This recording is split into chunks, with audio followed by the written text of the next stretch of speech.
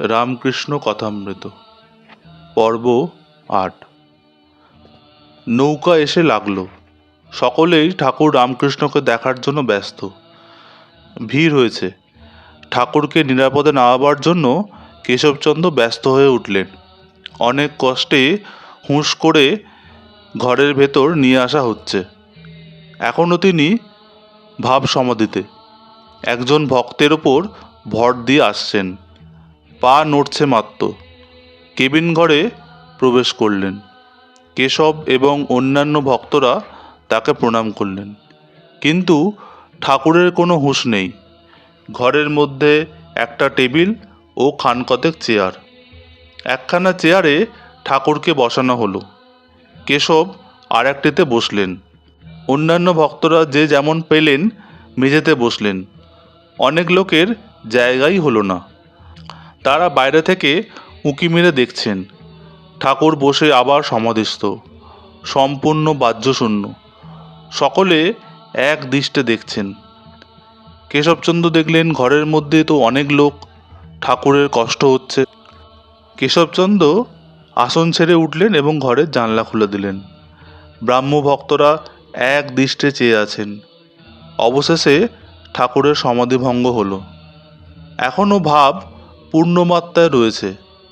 ঠাকুর আপনা আপনি অস্ফুট স্বরে বললেন, মা, আমাকে এখানে আনলি কেন?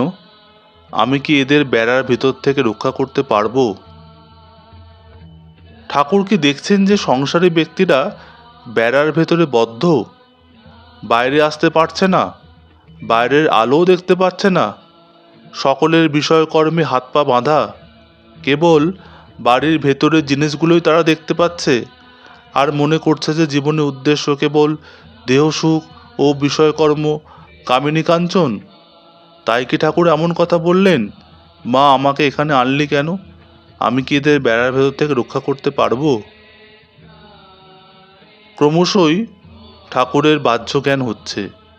গাজীপুরের নীলমাধববাবু একজন ব্রাহ্মভক্ত পওহারী বাবার কথা বললেন।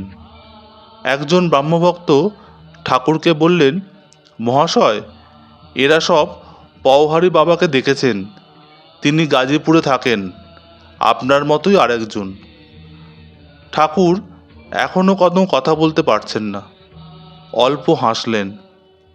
ব্রাহ্মভক্ত ঠাকুরকে বললেন, মহাশয়, পওহারী বাবা নিজের ঘরে আপনার ফটোগ্রাফ রেখে দিয়েছেন।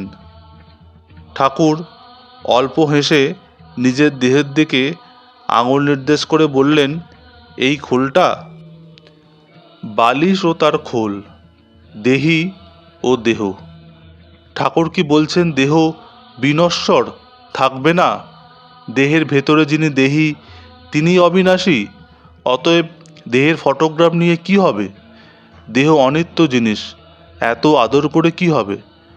বরং যে ভগবান অন্তর্যামী মানুষের হৃদয়ের মধ্যে রয়েছেন তারই পুজো করা উচিত। ঠাকুর আস্তে আস্তে প্রকৃতিস্থ হচ্ছেন। তিনি বলছেন, তবে একটা কথা আছে, ভক্তের হৃদয়ই ভগবানের আবাসস্থান। ভগবান সর্বভূতে আছেন বটে, কিন্তু ভক্ত হৃদয়ে বিশেষ রূপে আছেন।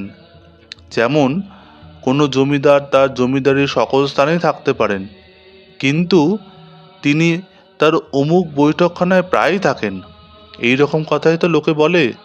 সেইরূপ ভক্তের হৃদয় হল ভগবানের বৈঠকখানা।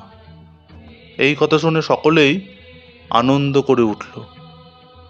রামকৃষ্ণদেব বললেন, জ্ঞানীরা যাকে ব্রহ্ম বলে, যোগীরা তাকেই আত্মা বলে, আর ভক্তেরা তাকেই ভগবান বলে। একই ব্রাহ্মণ যখন পুজো করে তখন তার নাম পূজারী, যখন রান্না করে তখন সে রাঁধুনি বামুন। যে জ্ঞানী জ্ঞানযোগ ধরে আছে সে নেতি নেতি এই বিচার করে, ব্রহ্ম এ নয়, ও নয়, জীব নয়, জগৎ নয়। এইরূপ বিচার করতে করতে যখন মন স্থির হয়, মনের লয় হয়, সমাধি হয়, তখন ব্রহ্মজ্ঞান।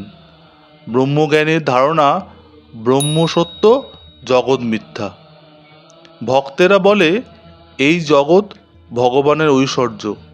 আকাশ, নক্ষত্র, চন্দ্র, সূর্য, পর্বত, সমুদ্র, জীব জন্তু এসবই ঈশ্বর করেছেন, তারই ঐশ্বর্য।